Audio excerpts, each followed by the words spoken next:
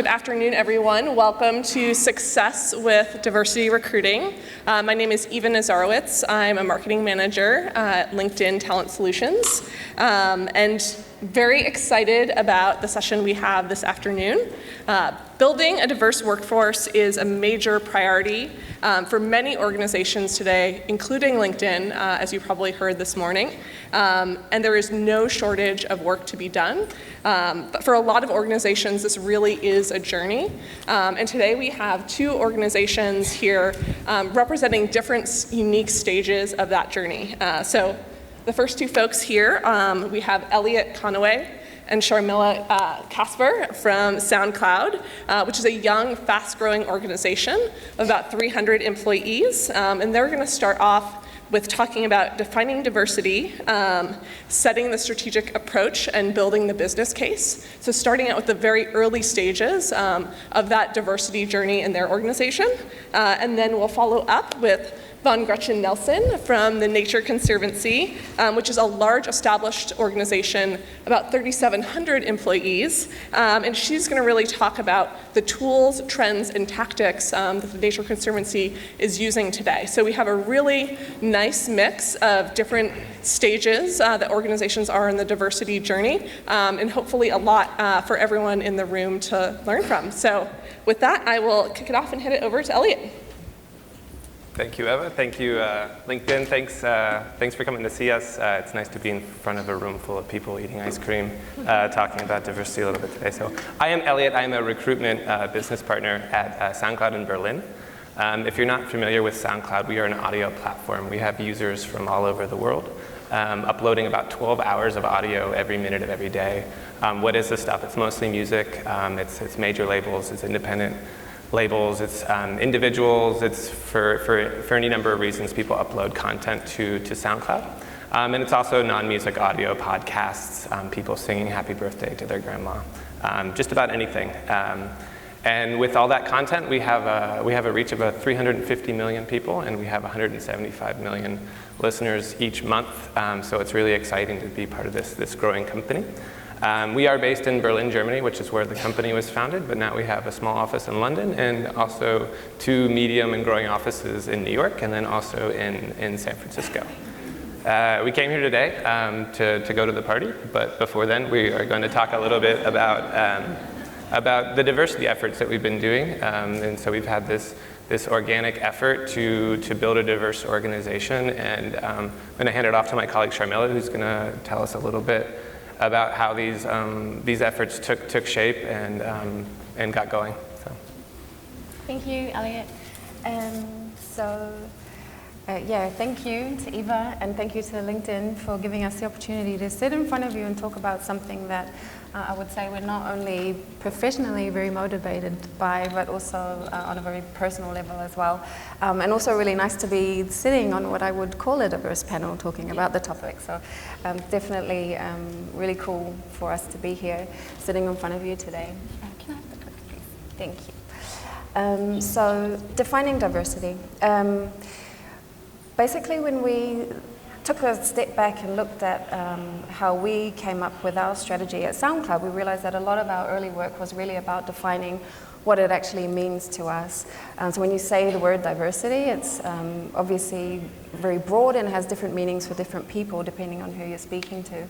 So us being really clear about what we mean when we say diversity is us having clarity and also really committing to saying our definition is going to evolve over time as our organization changes and grows. And it's also helping us to really get a focus on having strategic goals and measurable results. I think it's also really giving insight into the fact that we're a very value-driven organization, so people feel very aligned, very in tune with our values, and they really live that out in their practice as well. So three things. Talking about our strategic approach to diversity at SoundCloud, we wanted to give you key takeaways to how we came up with what I would describe as a participatory approach, which is really about involving everyone across the organization. So we really want the diversity agenda to be part of our culture. We want everyone to be kind of having it at the forefront of what they're doing as well. And you can also view these as chronological milestones, so seeing them as the steps that we've taken over time to get to where we are today. I'm going to cover the first 2 points of self-organized groups and finding a focus, and then hand it back over to Elliot, who's going to talk to you about making a business case that really is not just about getting buy-in from leadership, but also getting buy-in from everyone across the organization. So self-organizing. This picture was taken, I just have to say, at one of our first diversity summit that we had. In that, on the left-hand side there is our CEO, one of our co-founders. So I would say that our diversity efforts were really an organic process. It started with people taking a look around and realizing, hey, we're a pretty homogenous group, but we have a lot of potential to really become more diverse. And I would say that a lot of it started with internal debate, people really questioning, what are we doing? Why do we want to do this? And interestingly enough, it also coincided with a lot of our peers in the tech industry releasing data about kind of where they sit in terms of diversity. So it was timely for us, and you know, it was about us really asking questions. And I think what came out of questioning ourselves was that we acknowledged that diversity doesn't happen naturally. You really need to be action orientated. You need to understand that you're working within a broader system of what's happening out in the world, and you need to make it happen for yourselves. So out of us self-organizing around having that clarity and that understanding was diversity resource groups. So different groups started to self-organize and focus on the pillars of diversity that we felt were important for us at the time. So that included women in leadership, women in engineering. I coordinate a group that looks at policy and education, and then we have a group who's really focused on looking at how to make this meaningful for our LGBT community. And what's really interesting is even though we have these very distinct groups focusing on specific pillars, the groups themselves are actually quite diverse in terms of membership. So our Women in Leadership group obviously has men represented there. Women in Engineering is made up of people from across different functions within the organization, and my group has representatives from all the different offices. So I think that's also very meaningful in itself, and showing that lots of different people are really invested in this as well. Why is it important for this to be about self-organizing? Essentially, it's about the value that it brings to employees. So when you have people who are really saying, I'm passionate about this, I want to do this, it's really them saying they're invested in the process. They see it as a way that they can shape the culture of the organization that they're part of. And they also see it as a way to develop themselves professionally as well. Engaged employees, plus what I like to call passion projects, can lead to higher retention, and also them talking to other people about what they do, so it's really nice for your referrals as well. And also when it's the people who are deciding what they're going to work on, they define what their focus is going to be, and we've found that it's really led to us having measurable goals, so people are really saying, okay, this is what I want to do, and this is what I want to see at the end of it. And for us, when we always like to come back to data, so it's really important for us that everything we have is about having specific goals as well. What's really nice about self-organizing as well is it really leads to natural employer branding. So when people talk about what they're doing at SoundCloud when it comes to diversity, the stories are very real. The debates that we can comment on are happening. We're really questioning ourselves. And that's really nice for people externally to hear about this as well. So essentially self-organizing was what led us to taking our conversations and really saying, how can we turn this into action? So finding a focus. There was a lot of talking, as I just mentioned, and we really wanted to move from that to taking that energy and turning it into action, and that came about with us having our first diversity summit. So every year everyone from all the different offices comes to headquarters in Berlin, and the last time this happened we took this as an opportunity to have a summit where everybody got together and was able to talk about what we're working on, and how do we collect all of that energy and turn it into something meaningful. Both our co-founders were present, which was great, not just in that they could listen to what we were working on, but they could also give us their feedback, their input, ask us, like, why is this interesting for us? And yeah, I have to say that was really meaningful for us to have them there and showing their support by being present. We spent a lot of time really defining what our focus was going to be, asking ourselves again, why is this beneficial? Why do we want to do this? And we came up with some, as I said, very measurable things that we could start to really look at and see how we could turn that into action. So one of those things was around marketing ourselves. We really wanted to represent ourselves and tell a true story about being very welcoming to lots of different people, and that is also about having people that are representative of difference as well. Sourcing, so when it comes to recruiting, we really wanted to look at how, at the start of the recruiting process, how can we include diversity in that, so really widening the funnel at the very start, and then of course when it comes to employer branding as well. And the other thing that we realized was that a lot of this is also about retention. It's about keeping people happy within the organization. So as I mentioned, we're very value-driven at SoundCloud, and a lot of people feel personally passionate about this topic. So giving them the opportunity to work on these things and really feel engaged is also about keeping them happy in what they're doing. And so one of the ways we did that was introducing an external support service. So we realized that a lot of people, when they want to seek advice, they don't necessarily want to do that internally. So we were able to offer an external support service, which came about from us really listening to the stories that people were telling us about what they wanted. So effectively, the definition for us of diversity is broad, and it really depends on who you're talking to and who is involved. And it's also about us really aligning our efforts and our goals and having a shared language around what it is that we want to do. So there are, a lot of people involved in it, and we want our work to be complementary. We want everybody to be working in the same direction, and we also want them to define what that is. One of the examples I wanted to share about turning our focus or our energy into action was we realized, for example, that for same-sex couples relocating, the experience is quite different, particularly in Germany, and perhaps I could say everywhere in the world. And so we really looked at this and thought, how can we make this fairer and more open for people who want to relocate with their same-sex partner?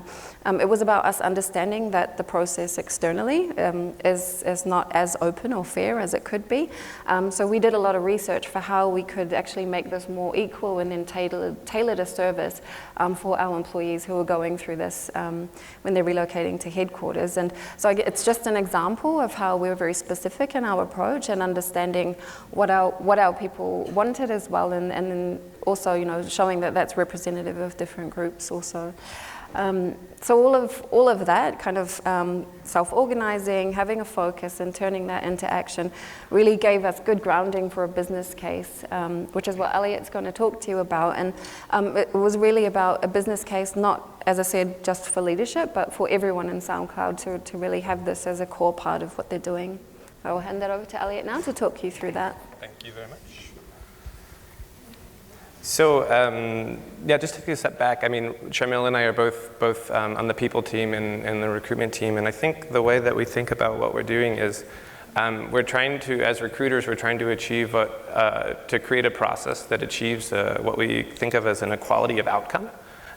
So this starts with sourcing to make sure we have diverse candidates within our pipelines that we're hiring. This leads to engagement, being really clear about how we talk to candidates and how we espouse our values and to make sure that we're engaging in candidates in the way that's representative of the type of environment that we're creating, and also having a process that's inclusive and making sure that there's nothing sort of inherent hurdles in our process that are somehow taking away from this sense of openness. So that's a little bit about what we want to do in the business as recruiters. I think like the idea of like creating a business case is interesting because, as Sharmila mentioned, we are a very value-driven organization, and so the idea that you need to build a business case for diversity, it's sort of a one-sided conversation. Like, yeah, are you for diversity? It's like, well, yeah, sure I am. But then it's sort of, well, why are you doing that? So building a business case was important because we were this loose collective of people that was spending, time during lunch or time after work getting together and talking and putting ideas forward, and we really wanted to be able to pivot into action. So this ground-up movement, or this organic movement needed to be empowered institutionally. So one clear way to do this was to build a sort of a really nice business case and present it to leadership and say, hey, look, this is what we're doing, this is why it's going to be good, this is why it fits into our values, and this is, this is good. And so, and as Sharmila mentioned, a lot of companies are releasing their demographics, and this is a matter of stuff into the public domain, and so it's easy to get behind diversity. And so I wanted to mention that this is not sort of, companies are doing this for different reasons, and this is not sort of something that's basically purely around marketing or awareness, and it's not a preemptive compliance conversation that we said, oh wait, we're really sort of getting out of whack in terms of the ratio of the types of employees that we have. But what it was is it was sort of challenging assumptions. It was leveraging resources. I mean, we are a startup, so everything we do is sort of resolves around the idea of prioritization. Is this something that's going to be useful for spending our time on, and is this going to make a difference? So we did also want to sort of have that aspect to it. And it is also sort of part of our ethos as a company of being data informed. So everything we do, we want to sort of have data to say, okay, hey, look, this is something that's worth doing. So that's why we put together a business case. And we did it on 3 different levels across the organization. So we looked at product, we looked at people, and we looked at our employer brand. And so how can we make diversity a business case in these 3 verticals? So stepping back to the product real quick. So the ethos of our product as a creator is that you have a platform of control. Like, you upload your content, you can control it, you can distribute it how you see fit. As a listener, we have about the lowest bar to entry that you can have as a web company. We don't ask users to sign up. You don't have to be registered. All you need is a web browser and a device to connect to the internet. So it is this atmosphere of openness, and we thought that this should continue into how we build our company. But again, this is sort of getting into the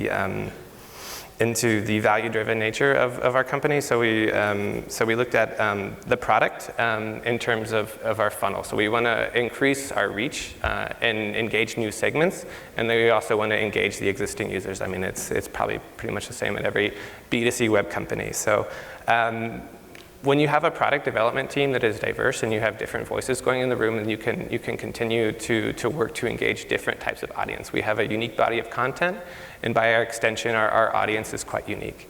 About 6 weeks ago, we started selling advertisements in the United States, so it's part of our monetization efforts in the US right now. And to be able to go to our sales team and say, hey, we're widening our reach to different user segments and starting to reach different people, I think that's a pretty interesting proposition for them, and it's something that's very exciting to be able to speak directly to new types of users. On the people side, quite clear business case for someone in the HR function. So there's studies that say that a more diverse environment, you'll see lower turnover. As a recruiter, there's nothing more sort of deflating than having to backfill or do work again. So I really like having lower turnover. Lower absenteeism, so it's is also a byproduct of a diverse environment.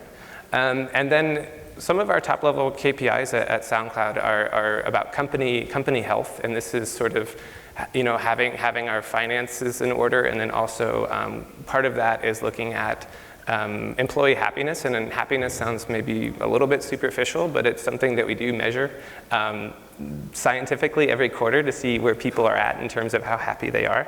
And the diversity can add to this. It creates an environment of healthier competition, and it also gives us a wider pool of referrals. Again, from a recruiter's point of view, having referrals, I mean, it's the lifeblood of growing the company, and so having a wider selection of referrals to deal with is really really a positive. From the employer brand, so we continue to be an aspirational place to work, and that's really, really important to us. I mean, in terms of sourcing, we all have the same tools. We're all going for the same talented people out there, and to be able to have a really great story to tell is what really helps us attract people to come work at SoundCloud. So we have real stories and real content. We have people tweeting at us, seeing what we're doing, and then wanting to be a part of that. So that's really important to keep on doing. And then also sort of on the retention front and lower turnover, the current employees are bought in. They feel a very personal connection with the type of company they're trying to build. They feel like they're emotionally invested in this. And that's great to have everyone bought in. And so we took all these things, we bunched them all together and presented it to leadership. And our CTO and co-founder, Eric, said not much more in depth than this. He says, if we do this right, we'll be a better company. And that was really great to hear as someone that was just spending time at work, outside of work on this thing, to hear that our leadership was this sort of clear cut about how important this is to them. So going forward, we're going to be looking at measuring results and setting goals, of course. So, taking this action and seeing if we're actually going to be successful at this stuff. So this year we set out to double the number of female engineers working in our builders organization. I'm happy to say that we've already done this, and it's October. And now we're going to look to triple that number next year. We're going to have we're involved in a lot of tech conferences. We're only getting involved with tech conferences that have a code of conduct. We are crafting a diversity statement with Sharmila's group. And our HR process is normalizing quite a bit of functions, as noted before, with relocation of same-sex partners and making sure that there is sort of an equity of benefits going across to all people. So. That's it for us, and now I'll turn it over to Von Gretchen from the Nature Conservancy that's going to talk about diversity at a larger organization. Thank you very much. Hi, everyone. Hi, everyone. I want to make sure everyone is awake. So I'm going to look for some audience participation. How many people in the room are from nonprofits? Raise your hand. Great. I have one of these, so I understand. But yeah, and how many people in the room have more than 3,000 employees at the organization? Keep your hands up. More than 5,000 employees. More than 10,000? More than 20,000?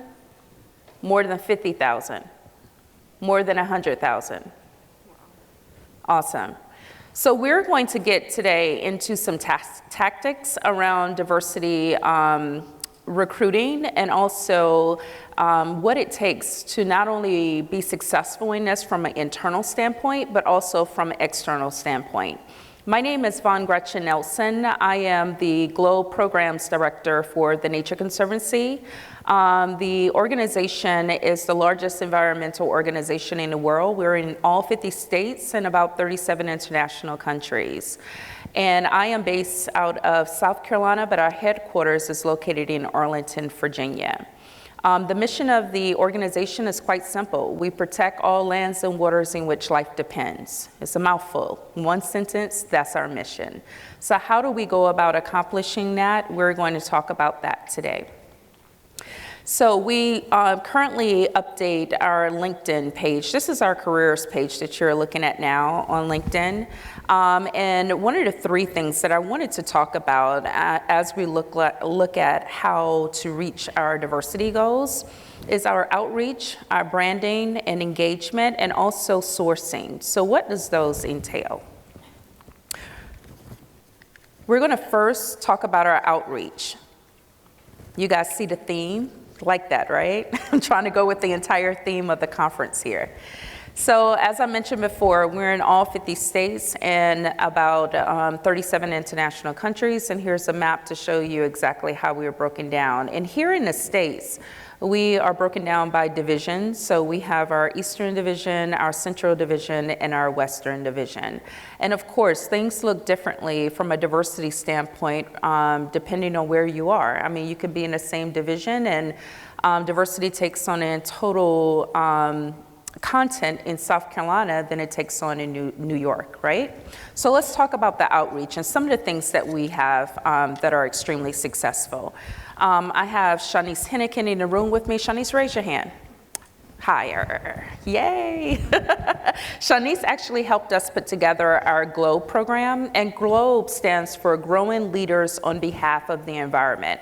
So when you get an opportunity, go out there, visit our page on LinkedIn, and actually follow us if you would like. GLOBE is our internship program, and as of about 30 days ago, probably less than that, we were housed in the Human Resource Department, and we're actually now in the Office of the President, because this particular internship program is a diversity initiative internship program to help embed and recruit diverse talent into our global workforce. So this is one direct tool that we're currently using to help with our diversity recruiting efforts for the organization. And our CEO, Mark Tursick, he takes it very seriously. So he moved us out of HR, and now we're reporting into his chief of staff in the Office of the President. Our GLOBE internship program, typically we hire anywhere between 30 to 40 paid interns every particular year. And they were paid depending on undergraduate or graduate studies. And I can tell you this year, we're taking on a totally different focus. One of the things that we're doing first from a strategic standpoint, we decided not to hire undergrads for 2015. I know, whoa. We're only going to hire recent college graduates into our GLOBE program for next summer, because our goal is to start working with them in the spring when we extend an offer, get them assigned a mentor that's within the organization during their final semester in college, hire them in the summer to work for 10 weeks, really get them trained, get them with a very strong mentor, face-to-face meetings, et cetera, quite differently and more intense during the summer than it was in the spring. And our goal is to hire some of them after their internship ends. And not only that, another strategic objective that we have this year is hiring from our GLOBE alumni base. I think we're 6 years into the program, so that's about 242 GLOBE alums in our program.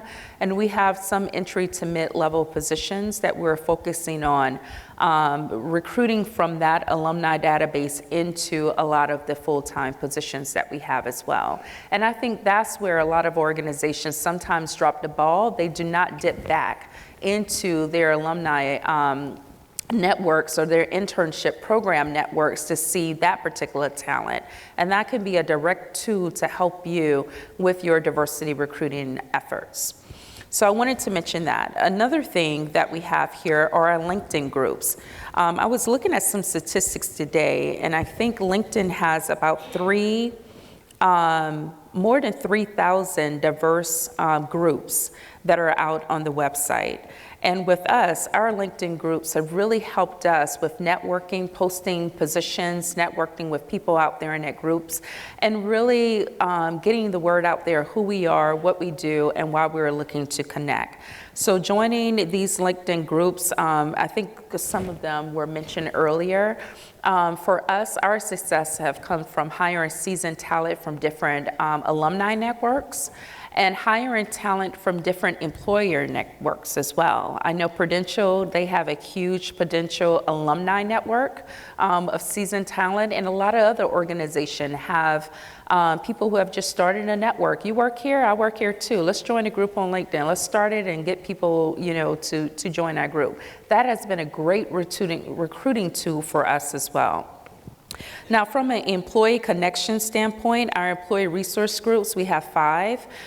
We have a Nature's Pride, which is our LGBT. We have a multicultural group, Women in Nature. We have a Young Professionals Network, and we also have an Executive Council, Diversity Council as well. Each one of our employee resource groups have 2 co-leads. When we try to get someone who's here in the United States and also another co-lead who is in one of our international programs, and they each have an executive sponsor. Now, one of the things that we really love that our CEO have implemented is if you join an ERG and as a steering committee member, 25% of your work time is dedicated towards the ERG. So that's 75% work time and 25% dedicated towards really making a difference and helping the organization become more diverse and inclusive. That is a huge commitment. So from a show of hands, how many organizations in this room have ERGs? How many of them allocate time during the day towards their ERGs for their employees to work? And what are you guys' percentage? Not sure the percentage? Another hand was raised. 2 hours a month. Awesome. So that is one thing that I think really helps not only from a retention, but from a motivation standpoint. It's almost like that song, right? I'm not going to sing it, but the happy song. I mean, if you want me to, I will. Okay, we'll save that for tonight. But yeah, I mean, it all comes from employee motivation and employee satisfaction. And when you have someone who said, hey, you know, out of your work time, we would like for you to dedicate this time towards your ERG. And make sure that while you're doing that, you're also figuring out ways that you can affect the organization by aligning your ERG's business strategies with the organization strategies as well. So it's a win-win for both, right? So give some thought to that on how your ERGs can be more strategic, meeting the company goals. Okay, so the next part I want to reach on is branding and engagement. I would say this, the 3 of us up here, we were laughing earlier that we just thought that we were a good mix, and we're glad that they put us together because we each came up here with paper notes and no one came with an iPad. I was so happy. So yeah, so I'm loving it. All right, so we're going to talk about how we're going to inspire branding and engagement. That is our CEO, Mark Tersick. So one of the things that he does is he is currently an influencer on LinkedIn. So if you have an opportunity, please follow him. He blogs all the time. He talks about diversity and inclusion, talks about recruiting, talks about resume writing. I mean, there are just things that can help you all the way around your career. And it is extremely instrumental because potential candidates, they're seeing him out there. They're realizing that, hey, you know, I know the environmental industry is about 93% Caucasian. Okay, I'm gonna say that again. The environmental industry is about 93% Caucasian, but this is one environmental organization that is really walking the walk and talking the talk when it comes to how can we effectively and strategically become more diverse and inclusive. And he's really getting his face out there and really partnering with individuals in order to do that. Employee ambassadors is another thing. We have about, and I have the numbers here, we have 3,700 employees, and out of 3,700 employees, 3,183 of them have LinkedIn profiles. We have courses that are designated to our employees learning how to build and activate their LinkedIn profiles because your best recruiters, your best ambassadors are your employees. And LinkedIn can help you with that. I mean, we have them on the line with us, helping our employees, answering questions, et cetera. So if you do not have that expert, a profile expert internally, then they can help you as well. So keep that in mind. Another thing is with the human resource and the hiring managers, a lot of them are now taking on and asking for recruiter seats They're not leaving the recruiting to the recruiters, which I think is wonderful. They really want to go out there and learn what these different groups are about. They want to get embedded into the recruiting and sourcing process. So how can you, as a recruiter or talent manager, go back to your organization and say, hey, not only can I help you do the sourcing, but you can help yourself, and let's be proactive, because so many hiring managers, by a show of hands, how many of your managers just sit back and just wait for candidates just to drop out the sky and apply for their jobs, right? And then they're mad when they don't see, the best of the best out there. And it's like, what are you doing to be proactive and engage into the candidate experience, right? So you almost have to train and help them when you get them to that point. And Shanice can tell you, we just had a manager last week or the week before last who said, hey, how do I get one of them LinkedIn recruiter things? Oh, we could easily do that, transfer $5,000 into our budget. Yeah, we could do that easily. So, having those proactive managers and showing them how to be proactive is a huge plus, okay? Employees, interns, and volunteers. We have about 10,000 volunteers across the world.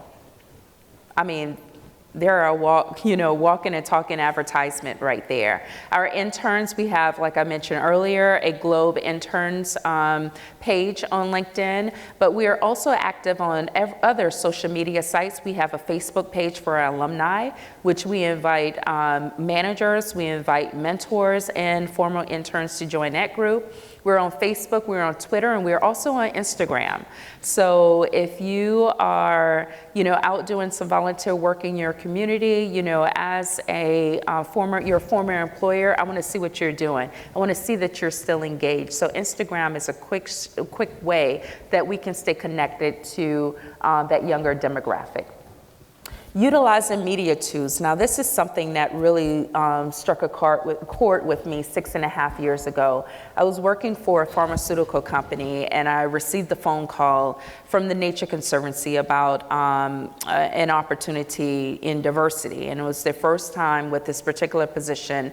The organization was about 92% Caucasian at that time, and they wanted change. So I said, well, I don't know anything about the Nature Conservancy. Let me do some research. So I did some research, and when I went out there on the website, I didn't see anyone that looked like me, male or female. I didn't see anyone of Asian descent, Hispanic descent. I didn't see any of that. And I said, wait a minute. Okay, at that time we were in 35 international countries and all 50 states. And I said, okay, out of 50 states, in 35 countries, you couldn't find one person of color to put in any of your media tools, So it got them to thinking like, hey, yeah, we need to change that. So the next thing you know, everyone is getting photographed, people of color. We need for you to come to conference room 1B for a photo shoot. That's not going to solve the problem. It's a great step, but it's not going to solve the problem, right? So that just goes to say, we need to be aware of the type of material that we're putting out there. If we were really trying to attract people of color, are we speaking to them? If we were really trying to, one of our issues are women in science, right?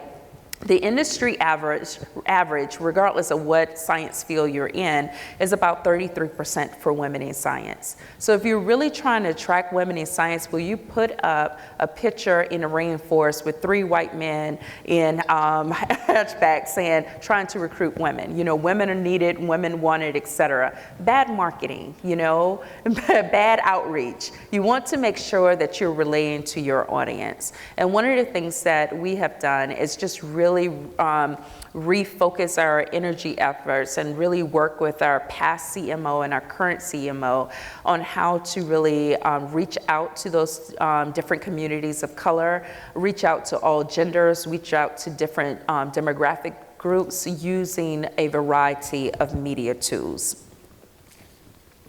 So the next thing I want to talk about is the sourcing aspect. So how can you transform? Are we okay with time? 7 minutes? Okay, so I'm gonna do it in 8. I'm just playing, just joking. All right, so the first thing is the communication. What is your approach? And there are a lot of people who honestly feel like because we are the largest organization, then people should want to come work for us. How many people have hiring managers like that? Or we're the best in backing, we're the best in this, they want to come work for us, right? So at the end of the day, there may be those demographics that may not know who you are. I was one of them. Yeah, I'm sorry, you get all of these resumes per position that you posted, but I had no idea who the Nature Conservancy was, right? So you really need to analyze your approach and do not assume that people know exactly who you are. They may know your brand. I may know what the golden arches are. I may know what a red or a blue can is, but do I really know your organization? So analyze your approach and make sure that you're knowledgeable about the jobs in which, the job opening that you have. And it's almost like the speaker was saying yesterday, your job opening is not turning into a people or person opening, right? You really need to analyze exactly what you're looking for and what are the real required skills and what the real desired skills are. And having a true intake session will help you with that approach as you are communicating not only to your hiring manager, but to a potential candidate as well. So the next thing is to give passive candidates time to breathe. You know, there are some managers, once again, with that whole mindset that people should want to come work for us. People do want to come work for us. Well, as a passive candidate, I'm not sure if I'm ready to leave my current position. So let me take some time. Let me go out there and make sure that if I pull up your information on the internet, that I can see people who represent myself. I see what your diversity and inclusion mission and goals are. I see what the organization mission and goals are, and I see people who look like me.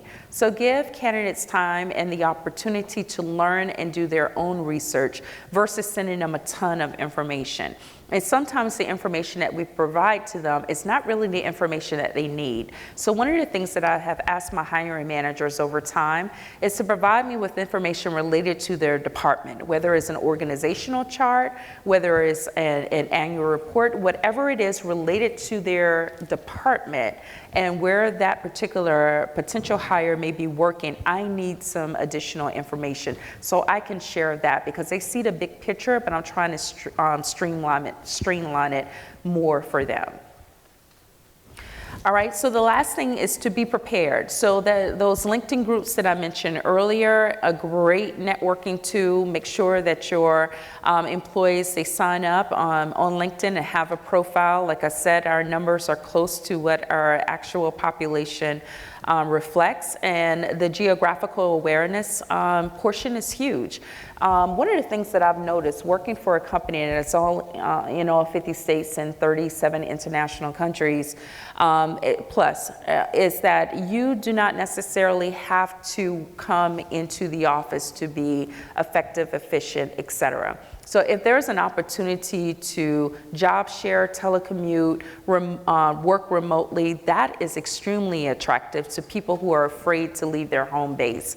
You know, I'm a graduate of a HBCU, and you know, I was one of the very few who was not afraid to move away from family or from home. And I hear this all the time from non-minorities. Well, they don't want to leave their family. They don't want to move. It's always an excuse. Well, have we considered what we can do to accommodate them where they are? Maybe we can do a telecommute on a, 96 months probation to see whether or not it really works. And then let's open it up to see if they will move to the headquarters or wherever place is open at that time. So your flexibility is also something that can make an increase in your global diversity efforts successful as well. So keep that in mind. Our CEO diversity statement by Mark Tersick, I'm not going to read it verbatim. It's there, and some of you guys I know have been taking pictures of the slide, but it's there as well. But I really had to sit down and say, what are the wins for the organization? What are the wins for this year? Where are our previous wins, and where are we trying to go? So we do have executive level buy-in for diversity and inclusion. That is extremely important within any organization. If it doesn't start at the top, you're not really going to move the needle to where it needs to go. A diversity steering committee, that is extremely important. You want to make sure that you have executive representation on those steering committees. Right now, our organization is 57% women. It was around 42% women when I started about 6.5 years ago. Active employee engagement, you want to make sure that there is employees who are not only, if they're not part of the decision making of these ERGs or other projects, that they have some type of voice into the decision making, either through surveys or through memberships of these ERGs. Like I said, we have 4 active ERGs plus the one with the executive level. You want to pipeline your talent. We not only have the GLOW program, which is a college internship program, we also have a high school paid internship program that we hire juniors and seniors across the country who are in inner cities, and we take them to pretty remote locations. So if I'm hiring individuals out of the inner cities of New York, I can easily slot them into positions in South Dakota, North Dakota, you know, somewhere outside of the inner city to get them that experience. Community engagement, we're very, very active in the community. Can we do more in that area? Of course we can, but we have started on new urban networks in about 8 cities, I believe, across the United States, and that is going extremely well. And if you want to learn more about that, I can talk to you afterwards. And diversity recruiting and sourcing with a focus on diversity candidate slates, which is extremely important. If you have less than 30% diversity in your applicant slate for an interview, I would say go back to the drawing board. You have to go back to the drawing board. You need to, I'm sorry, I thought she was telling me something. She was walking out the door. But you really need to think about that. How can you diversify your applicant slate and really take those tools that you have and work with your hiring managers in order to do so. So that ends my part of the presentation. I'm going to turn things back over to Eva. I believe we're going to open it up for you guys. Fantastic. Thank you guys so much.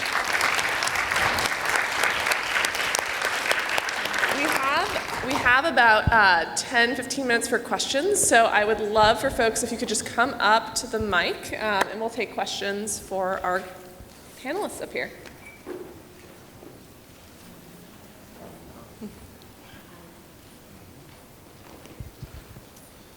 Hi, I work for a small to medium-sized business. We're in hyper-growth mode right now. We were about $6 million 4 years ago. We're going to do 40 this year, and we have a lot of developers, technical people. And so we've just started to, as we've grown, recognize some of the weaknesses in our hiring process and sort of the business as usual. My question to you is this. Obviously, I think it's fantastic that some of these organizations can set aside 25% of their time to focus on diversity. We're real small. We're less than 100 employees. We can't do that. How do we start? What's the best way for us to get started in this process so we can start to build on a foundation so that when we are 10,000 employees, we have a pretty good foundation? Do you want to take it? Well, I would say to start with, you have to start investing now. You know, you don't want to wait until you're 10,000 and then 10,000 employees and then start figuring out strategic approaches to where you're so far behind, because the global workforce, we all know the numbers. First I heard 2050, you know, then I heard the number 2040, now I'm hearing 2030, you know, it keeps decreasing. So I would say take the opportunity to figure out how you can embed diversity and inclusion initiatives into the organizational objectives that you already have. If you do that currently, that will help in the long run. I'm going to let Sharmila, because they're a small company too, and they can provide some information. So you said you, oh, this one. Can you hear me? I can't hear you. No. Can you hear me now? No, your mic turn off. Do you want to come up? Yeah. This one's on. Oh, now you can hear me. Sorry, you mentioned that you're a small company and you said the word developers. So when you're talking about diversity, are you specifically referring to the balance of gender in your organization as well? Yeah, I just think we want to start to target underrepresented minorities for these groups that are traditionally white. Yep. Yeah. What as a first program, what do you think? Yeah. So when you're talking about a startup, a lot of what is happening is everyone's wearing different hats. Everyone's involved in recruiting, hiring managers, also developers. And for me, the balance of what you have in your organization is really a reflection of your culture. So I would start with asking the question of who's involved in recruiting and what are their perspectives around being open and being and thinking about the question first. I think that's definitely one of the things that has been key for us is everybody thinking about diversity regardless of what their role is. And I think when your developers or the people in your organization that are involved in recruiting, if that's at the forefront, they're already going to be asking themselves and challenging themselves as well about what they can do to attract more people, to welcome more people, to ensure that their process is open and that they're ensuring at the very start of the recruiting process that they're including lots of different people who are not a reflection of themselves as well. Did you have something to add to that? In terms of, is this one? There we go. Yeah, I mean, you talk about like the time investment, and so when we first started what we were doing, I mean, we were taking maybe 90 minutes every 2 weeks, and then it sort of grew from there. So I mean, it's not a great amount of time for people that actually do feel passionate about it. And so we just sort of got together and looked at where we were at and then where we wanted to be, and it was very sort of introspective. And we started, first step with how we market ourselves. So the type of language we use in job postings, where we're making ourselves visible, the type of things that we're getting involved with, and then so we went from marketing to actually, if you have in-house recruiters, about sort of actively sourcing female candidates. And there was a Boolean talk yesterday about how to do these Boolean strings with common female names. That's not something that we do, but I mean there's sourcing options to it, and just making sure that you have a process where people do feel it is sort of inclusive and sort of making sure that you're projecting a place where female feel at home in the engineering department. So. Great. Next question. Well, thank you all for speaking. My question specifically is for Von Gretchen regarding the ERG and the dedication of 25% of someone's time, because I think that's wonderful and a testament to how much you believe in them. But my question is really logistical. How do you make that work within their work? Do you transfer workload to another person, or is it on a rotating basis, so it might not be someone's permanently on one of those co-leaders? That's a great question. So we typically start interviewing for our steering committee ahead of the next fiscal year. And that fiscal year starts July 1st. So the manager, that person's direct manager, they give approval for that person. So they start really analyzing their workload at the end of the year performance review. So when they start into their new steering committee role, they can really dedicate their time starting July 1st. Yeah, Thank you. You're welcome. Hi, this question was just about the SoundCloud presentation, and I'm curious how you doubled the amount of female engineers. Oh, that's for me. Great. So, like I talked about before, so a lot of it was about sourcing and having an active sort of pipeline with a diverse number of candidates, and also looking at the way we market ourselves, where we're marketing ourselves. We're very involved in the Berlin community, so I'd say 95% of our engineers are in Berlin, and so we're very active in that community. There's a couple of larger organizations that are promoting women in technology, the Berlin Geekettes. There are Rails Girls, which is a global program now about getting women involved into computer science. Through Ruby on Rails, which is a technology we've traditionally dealt with, so we've always been a mentor there. So we've had a very strong employer brand to really promote ourselves as a place where women in engineering can feel comfortable. And then also we've taken steps later to do things like when we have a code challenge, we now work to anonymize the code challenge. So people reviewing these challenges are not biased either positively or negatively. And just being really conscientious about what it's like to be, one of, a few women in a room full of engineers, and sort of helping people be aware of that. So. Yeah. Thank you. Yeah.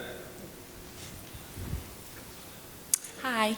Can you name a few LinkedIn groups that have been successful for your diversity strategy, pipelining, sourcing, any of you? Yeah, I wrote down a couple in my paper, on my paper notes. So there's the HBCU alumni. That's been extremely successful. Metro DC Diversity Roundtable is another great one. Diversity Women Leadership and Executive. So I would advise from a group search standpoint, I would just go out there and put in anything related to, people with disabilities, LGBT. There are a bunch that will come up. There are over 3,000 diversity groups that are out there. Okay. Yeah. Thank you.